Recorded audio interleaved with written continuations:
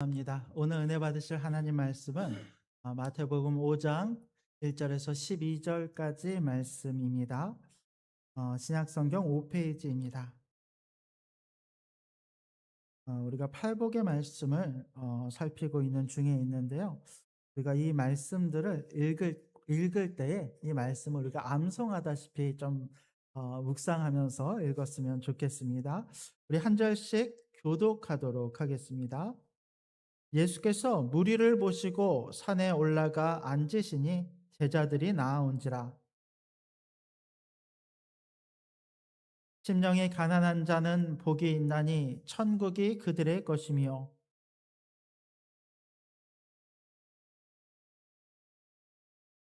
온유한 자는 복이 있나니 그들이 땅을 기업으로 받을 것이며,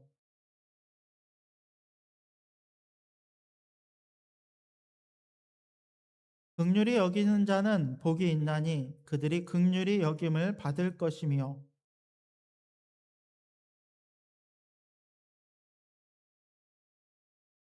화평하게 하는 자는 복이 있나니 그들이 하나님의 아들이라 일컬음을 받을 것이며,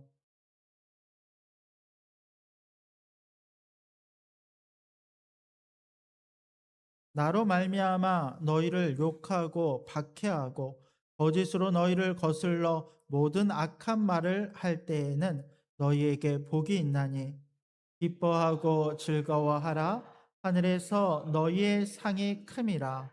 너희 전에 있던 선지자들도 이같이 박해하였느니라. 아멘. 우리 옆 사람과 인사 나누도록 하겠습니다. 사랑합니다. 축복합니다. 사랑합니다. 축복합니다. 오늘 다들 화사해 보이세요. 오늘 이제 오후에 목장별로 이제 가까운 지역을 이제 나들이를 하게 될 텐데 아마 그래서인지 오늘 목장들이 다 환하고 밝은 청형 색색의 어떤 옷들이 또 반갑게 여겨집니다. 오늘도 주 안에서 또 은혜로운 하루가 되기를 원합니다. 특별히 오늘 말씀은 우리가 팔복의 말씀을 계속해서 살펴보고 있습니다. 지난번에 이제 우리가 말씀을 나누었던 것은 심령이 가난한 자는 복이 있나니 천국이 그들의 것이며, 또 마음이 애통하는 자는 복이 있나니 저희가 위로를 받을 것이다 라고 하는 말씀에 대해서 함께 살핀 바 있습니다. 그리고 오늘은 이제 세 번째 온유한 자에 대한 말씀을 함께 살펴보려고 합니다. 여러분, 예수님께서는 예수님을 따르던 많은 무리들에게 지금 이 말씀을 하고 계세요. 한 산에 올라가셔서 그 산에서 아래를 바라보시면서 자신을 따르던 제자들과 무리들에게 이 말씀을 전하고 계신 거예요. 여러분, 우리가 예수님의 제자가 된다라고 하는 것은 예수님을 마냥 따라다닌다고 그 무리 중에 한 명이 되었다고 해서 예수님의 제자가 되는 것은 아닙니다. 제자가 되는 것은 예수님이 하셨던 말씀을 기억하고 그 말씀대로 살아낼 때 진짜 구원받은 자, 구원을 받은 자, 또 제자로서의 진짜 삶을 살 수 있다라는 것입니다. 우리가 살펴보는 팔복의 말씀도 마찬가지예요. 우리가 팔복이라고 이야기하면 8가지 복에 대해서, 그러니까 복이라고 하는 것에 주제를 맞추고 복이라고 하는 것이 핵심이라고 생각을 하면서 우리가 8가지 이 복에 대한 말씀을 가지고 어떻게 하면 복받는 자의 삶을 살아갈까가 이 팔복의 주제가 아니에요. 이 팔복의 주제는 뭐냐면 우리가 예수님의 제자로 살아간다는 것, 즉 8가지 복에 대한 주제를 가지고 내가 그리스도인의 정체성은 무엇인가, 예수님의 제자로 복받는 자의 삶을 살아간다라고 하는 진짜 그리스도인으로서의 정체성은 무엇인가를 우리 가운데 보여주고 있다라는 거예요. 그런 점에서 애통하는 자, 심령이 가난한 자가 그리스도인들이 가져야 되는, 그러니까 그리스도인은 그리스도인이고 복받는 자들은 거기다가 플러스 알파해서 복을 받는 게 아니라 이 8가지 팔복의 말씀, 애통하고 심령이 가난한 자는 모든 그리스도인들이 반드시 가져야 되는 그리스도인들의 정체성에 대한 말씀이다라는 것입니다. 오늘 이어지는 이 온유한 자에 대한 말씀도 마찬가지예요. 우리 말씀을 같이 한번 읽읍시다. 5절 말씀 같이 한번 읽겠습니다. 5절입니다. 시작. 온유한 자는 복이 있나니 그들이 땅을 기업으로 받을 것이며. 온유함이라고 하는 가치를, 기독교의 가치를 우리 가운데 이야기하고 있어요. 여러분, 온유하다라고 할 때 우리가 떠올리게 되는 이미지가 있어요. 온유하다라고 하는 것은 어떤 것입니까? 온유한 사람이다라고 하면 제일 먼저 떠올리는 이미지가 무엇입니까? 아마 우리는 착한 사람을 제일 먼저 떠올리게 될 거예요. 어떤 경우에도 인내하고 참는 사람. 실제로 성경의 이 말씀의 이 온유하다라고 하는 뜻도 그와 같은 의미를 가지고 있어요. 이 온유하다라고 하는 단어는 프라우스라고 하는 단어를 사용하는데, 실제로 이 단어는 차력 있고 예의 바르고 점잖다라고 하는 헬라어 의미를 갖고 있다라는 거예요. 그러니까 우리가 일반적으로 생각하는 착한 사람이 바로 이 온유함을 갖춘 사람이다라고 하는 것이 틀린 이야기가 아니다라는 것입니다. 그런데 여러분, 이 온유한 자가 복이 있다라고 이야기를 할 때 아마 우리가 다른 것들 다 내려놓고 가만히 한번 생각해 보십시오. 온유한 사람이 진짜로 복을 받습니까? 왜냐하면 이 온유함이라고 하는 가치는 오늘날 이 시대에 맞는 가치는 아니기 때문에 그렇습니다. 여러분, 온유하다라고 했을 때 이런 착한 사람의 이미지, 그러니까 성경에도 보면 이와 같은 온유함에 관련된 이야기들, 말씀들이 굉장히 많은데, 이와 같은 이미지를 우리가 추구하고 살아가겠느냐라고 물으면 많은 사람들이 나는 그리스도인이 되고 싶어요. 그런데 이런 삶을 살기 싫어요라고 이야기하는 것이 대다수일 수 있다라는 거예요. 한번 말씀을 제가 몇 가지 한번 예화를 한번 들어볼게요. 여러분, 성경은 그리스도인으로서의 온유함에 대해서 이런 이야기들을요. 이를테면 이런 것입니다. 누가 우리를 찾아와서 이야기를 하는 중에 내가 하는 말이 마음에 안 들었는지 갑자기 내 오른뺨을 때려요. 그러면 여러분들, 내가 만약에 갑자기 그렇게 뺨을 맞았다고 한다면 여러분 어떻게 하시겠습니까? 우리는 얼마든지 이건 정당방위니까 누군가 나를 때렸으니까 나도 그 사람을 때릴 수 있다라고 생각하고, 그렇게 때리는 것이 시원하다라고 여겨지는 것이 이 시대의 이 가치거든요. 근데 성경은 뭐라고 이야기하냐면, 네가 같이 뺨을 때리는 것이 아니라 누가 너의 오른뺨을 때리면 너의 왼뺨을 돌려대라라고 이야기를 한다는 거예요. 누군가 나를 때릴 때 그 분노조차 참는 것, 이것이 온유함이다라고 성경은 설명하고 있다는 것입니다. 또 이렇게 이야기합니다. 만약에 누가 우리를 송사해서 우리의 속옷을 가지고 간다라고 했을 때, 우리 속옷을 빼앗는다라고 했을 때에 우리는 당연히 이걸 가만히 있지 않습니다. 내 속옷을 누가 뺏어가려면 누가 그걸 가만히 있겠습니까? 아니, 맞고소를 하든지 아니면 우리가 할 수 있는 모든 방법을 강구해서 그 사람이 창피를 당하도록 할 거예요. 그러나 성경은 뭐라고 이야기하냐면, 누가 너희 속옷을 가져가려고 한다면 너의 겉옷까지도 내어주라라고 이야기를 해요. 어떤 손해라도 참는 것이 바로 온유함이다라고 설명하고 있다라는 거예요. 또 성경은 이렇게 이야기합니다. 어떤 사람이 우리에게 억지로 짐을 지우고 오리를 가라라고 이야기해요. 만약에 누가 우리한테 그렇게 요구하면 우리는 그런 억울한 일을 당했을 때 속상하고 억울해하면서 따지고 화내고 얼마든지 그 사람과 싸울 수 있어요. 그래서 성경은 뭐라고 이야기하냐면, 오히려 심리까지라고 할지라도 그 짐을 가지고 그 사람과 동행하여 가라라고 말씀하고 있어요. 이것이 온유함이라는 거예요. 또 성경이 이렇게 이야기합니다. 나를 사랑하는 자를 사랑하고 나를 미워하는 자를 미워하라라고 이야기를 합니다. 세상은 그런데 예수님은 이제 우리를 핍박하는 원수까지도 그를 위하여 기도하라라고 말씀하고 있어요. 이것이 바로 온유함이라는 거예요. 그래서 여러분께 다시 묻겠습니다. 여러분들은 이와 같은 온유함의 삶을 살고 싶습니까?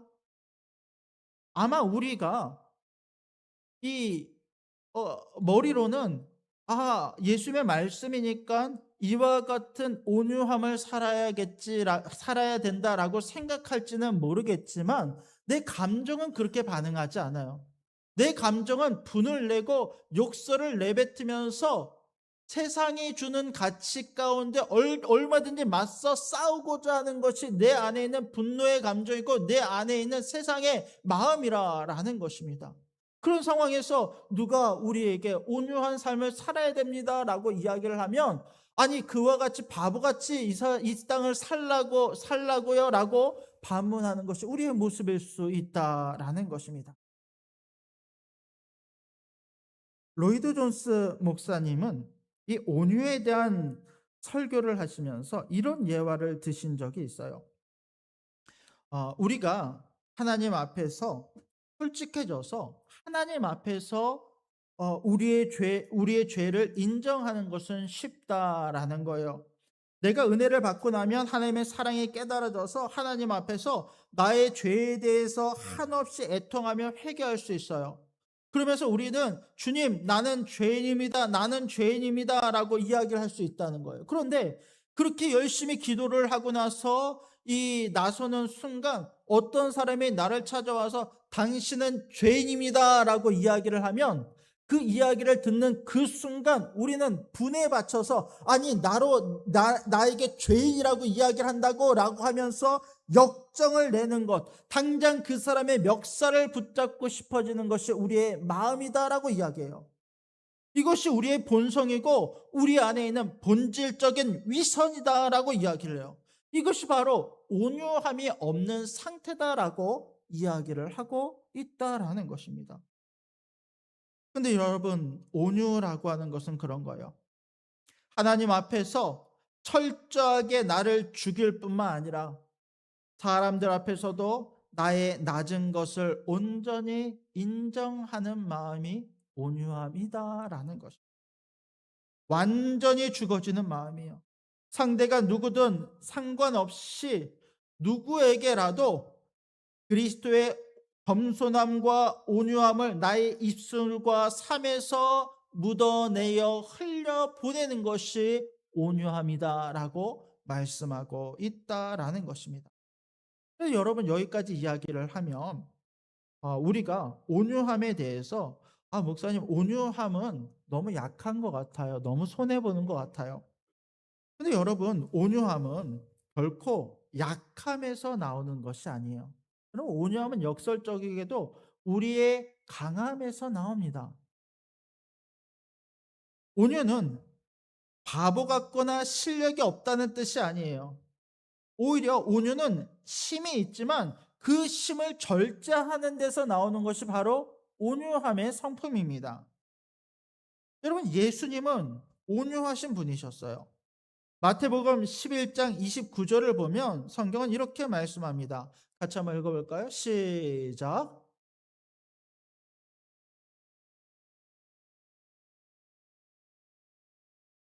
그리하면 너의 마음이 쉼을 얻으리니. 예수님은 자신에 대해서 말씀하시길 나는 마음이 온유하고 겸손하니 나에게서 배우라라고 말씀하세요. 여러분, 예수님은 모든 능력을 소유하신 분이십니다. 예수님은 하나님이시고 모든 하나님의 이 힘과 능력과 권세를 가지신 분이 예수님이세요. 근데 그와 같은 예수님께서 하나님의 본질적인 성품 가운데 하나인 온유함의 성품을 가지셨어요. 그래서 가장 낮은 자의 모습을 취하시고 낮은 자로 이 땅을 오셔서 우리 교만한 사람들을 위해서 오히려 죽으셨을 뿐만 아니라 우리를 위해 죽으심으로 우리를 향한 하나님의 사랑과 그분의 구원의 계획을 온전히 이루셨다라는 거예요. 이와 같은 것은 여러분, 예수님께서 스스로 온유함의 성품을 취하셔서 우리 가운데 행하신 일이다라고 성경은 말씀하고 있다라는 것입니다. 이 온유함이라고 하는 것은 마치 어머님이 큰 힘을 가졌지만 그 자녀들을 끝까지 사랑으로 인내하고 참으며 이 아이를 품어줄 때 나오는 것이 바로 이 온유함에서 나오는 힘이다라고 성경은 말씀하고 있다라는 거예요. 이 온유함으로 인하여 우리는 하나님 앞으로 나아갈 수 있고 그분과의 친밀함을 누릴 수 있는 존재가 된다라는 것입니다. 그러면서 성경은 이렇게 이야기합니다. 온유한 자는 복이 있나니 그들이 땅을 기업으로 받을 것이며. 여러분, 온유한 사람에게 주어지는 축복이 무엇입니까? 땅을 기업으로 받는 축복이 주어져요. 온유한 자가 땅을 차지한다라는 거예요. 근데 여러분 생각해 보십시오. 세상에서 바보 같고 빼앗기기만 하는 사람이 어떻게 땅을 차지할 수 있습니까? 온유한 성품을 가지고 버리기를 좋아하고 스스로 겸손한 자들, 욕심이 없는 자들이 어떻게 땅을 차지할 수 있습니까?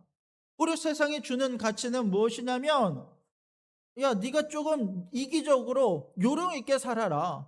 돈을 적당히 굴릴 줄도 알고 땅을 사고 팔 줄도 알고 욕심을 부려서 무엇인가 쌓고 쌓는 것이 바로 땅을 차지하는 방법이지 않습니까? 때로는 다른 이들을 적당히 속이기도 하고 욱하기도 하고 화를 낼 줄 알아야 내 기업을 차리고 내 욕심 가운데 나의 성을 쌓을 수 있는 것이 바로 세상이 말하는 땅을 얻는 방법이지 않습니까? 그러나 예수님은 이와 같은 자들을 향하여 아니다, 그것이 아니다라고 말씀을 하시는 거예요. 진정 복 있는 사람은 온유한 사람이고 하나님 나라의 땅을 차지하는 자들은 온유한 자들이 바로 그 땅을 차지하게 될 것임을 말씀하고 있다라는 거예요. 여러분, 실제로 구약에 많은 하나님의 사람들이 이런 온유한 성품으로 하나님의 땅을 차지하게 되는 것을 우리는 보게 됩니다. 대표적인 사람이 두 사람이 있어요. 먼저는 모세입니다. 민수기 12장 3절을 보면 하나님께서 모세에 대해서 이렇게 이야기하시는 것을 볼 수 있습니다. 같이 한번 읽어봅시다. 시작. 이 사람 모세는 온유함이 지면의 모든 사람보다 더하더라. 여러분, 우리는 이제 모세에 대해서 생각할 때 굉장히 강인하고 그 백성들을 이 뛰어난 리더십으로 이끌어가고 때로는 막 화를 내기도 하고 불같은 성격의 소유자였다라고 생각하기 쉽지만요. 성경에서 하나님께서 모세에 대해서 설명하시기를 이 사람은 온유함이 이 땅에 어떤 사람들보다 더 온유한 성품을 가지고 있었다라고 말씀을 하고 있어요. 하나님이 직접 그렇게 이 모세를 소개하고 계신다는 거예요. 실제로 이 사건은 이 민수기 12장에는 어떤 사건이 기록되어 있었냐면 모세의 가장 가까운 사람이었던 미리암과 아론이 모세를 대적하는 사건이 일어나요. 불평과 불만을 쏟아내기 시작하면서 모세를 험담하는 장면들이 나와요. 모세의 실수와 잘못들을 이렇게 고발하면서 모세의 권위에 대해서 도전하는 장면들 나옵니다. 그런데 이런 비방에도 불구하고 모세는 아무 말도 하지 아니하고 모든 것을 온유함 가운데 인내하며 참는 거예요. 그리고 이런 모습을 통해서 하나님은 모세를 온유하다라고 평가하고 계시다라는 것입니다. 모세가 온유함으로 참자 대신 하나님께서 모세를 위해서 일하시기 시작하셨어요. 하나님이 미리암과 아론을 불러서 이렇게 말씀하시는 거예요. 그와는 내가 대면하여 명백히 말하고 은밀한 말로 아니하며 그는 또 여호와의 형상을 보겠거늘 너희가 어찌하여 내 종 모세 비방하기를 두려워하지 아니하냐. 그러니까 모세가 온유함 가운데 참고 있으니까 오히려 하나님께서 모세의 입장을 대변해서 그들을 징계하시는 거예요. 이 과정 가운데 미리암이 문두병에 걸립니다. 그러니까 모세는 어떻게 합니까? 오히려 미리암을 위해서 하나님께 중보하고 기도하면서 미리암이 치유되기를 기도했을 때 하나님께서 모세의 기도를 들으시고 미리암을 치유해 주신다라는 것입니다. 또 구약에 나오는 대표적인 온유의 사람이 있습니다. 창세기 26장에 나오는 이삭입니다. 오늘 이 온유한 자가 땅을 기업으로 차지할 것이다 라고 하는 예수님의 말씀을 창세기에서 정확하게 실현한 사람이 바로 이 이삭이기도 합니다. 이삭은 그 아버지와 할아버지였던 아브라함과 야곱과는 또 다른 사람이었어요. 아브라함은 믿음의 조상이었고 야곱은 야망의 사람이었어요. 그러나 반면에 이삭은 뚜렷한 신앙적인 특징이 없었어요. 그러나 창세기 26장을 보면 그럼에도 이삭이 갖고 있었던 잠잠하지만 온유한 그의 성격이 정확히 드러나게 되는데 바로 우물을 빼앗기는 사건이었죠. 이삭이 우물을 파는 곳마다 그곳에 사는 사람들이 그 이삭의 우물을 빼앗았고 이삭은 그때마다 그 우물을 싸우지 아니하고 그대로 내어주기 시작합니다. 블레셋에서 에색에서 신나에서 르호봇에 이르기까지 4번이나 그 우물을 내어주었을 때에 어떻게 보면 그와 같은 이삭의 모습은 세상 사람들이 볼 때는 무력하고 바보 같은 모습 아닙니까? 자기가 갖고 있는 것을 위해서 어떻게든 투쟁하고 싸워야 되는데 그것을 있는 그대로 내어주는 것이 얼마나 바보 같은 일입니까? 그런데 창세기 26장을 보면 이렇게 기록되어져 있어요. 우리 12절, 13절 말씀 같이 한번 읽어보겠습니다. 시작.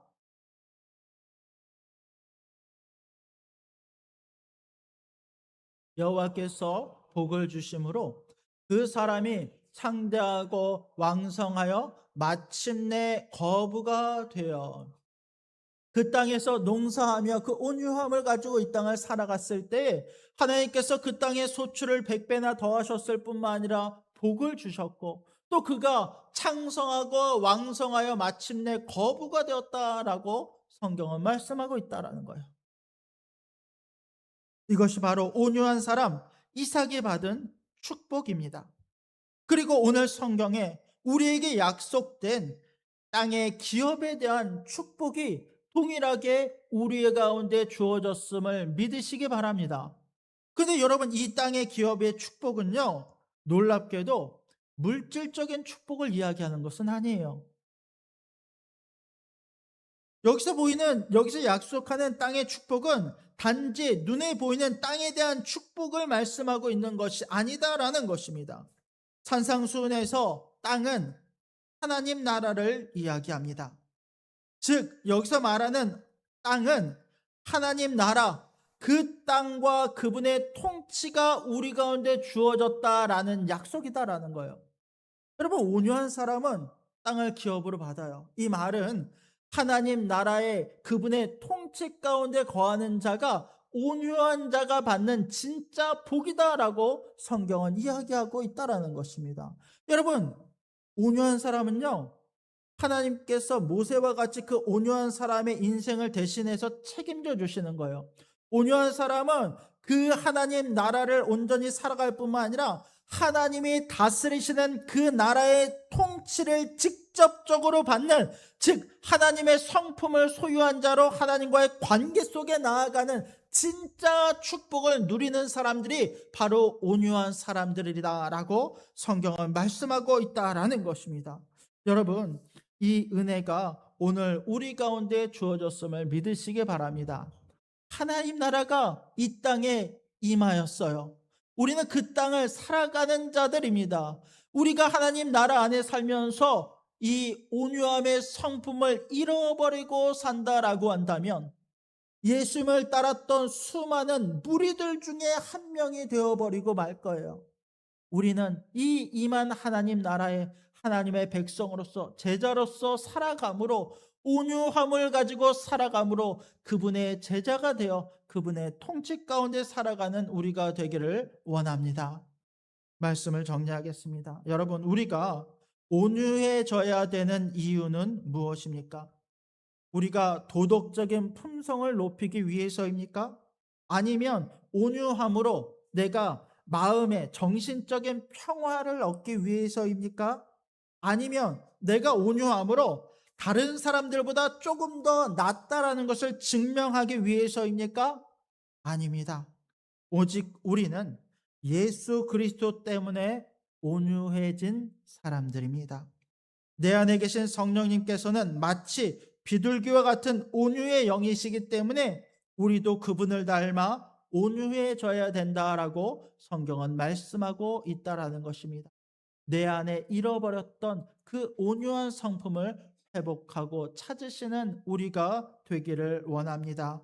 오직 예수님을 따라가며 내 안에 있는 분노를 잠재우고 온유한 성품 가운데 하나님을 사랑하고 우리 가운데 주어진 모든 사람들을 사랑하며 살아가는 저와 여러분들이 될 수 있기를 주님의 이름으로 간절히 부탁드립니다. 아멘. 기도하겠습니다.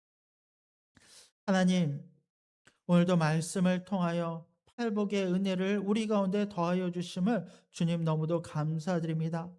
하나님, 세상적으로는 너무도 바보 같은 일입니다. 오른밤을 때리면 왼밤을 돌려대는 것도, 오리를 가라 하면 내가 십리를 동행해야 되는 것도, 또 누군가 나의 것을 빼앗으면 내가 그 이상의 것들 그 가운데 주어야 되는 것도, 또 원수를 사랑하는 것도 아버지 너무도 바보 같고 너무도 어리석은 일처럼 느껴집니다. 그러나 예수님께서 이 온유한 삶을 사셨던 것과 같이 나도 예수님을 닮아 온유한 자가 되기를 원합니다. 내 마음에 결단을 주시고 내 마음에 은혜를 더하여 주셔서 주님 나로 하여금 예수님을 닮은 진짜 그리스도인들의 삶을 살아가는 우리가 되게 하여 주시옵소서. 말씀을 전한 자의 어떠함보다도 이 성경이 주는 진리의 말씀의 어떠함을 깨달아 주님 앞에 더 오늘도 한 걸음 나아가는 우리가 되게 하여 주시옵소서. 주님 모든 것을 주님께 감사드리며 오직 살아계신 예수님의 이름으로 간절히 기도드립니다. 아멘. 우리 다 함께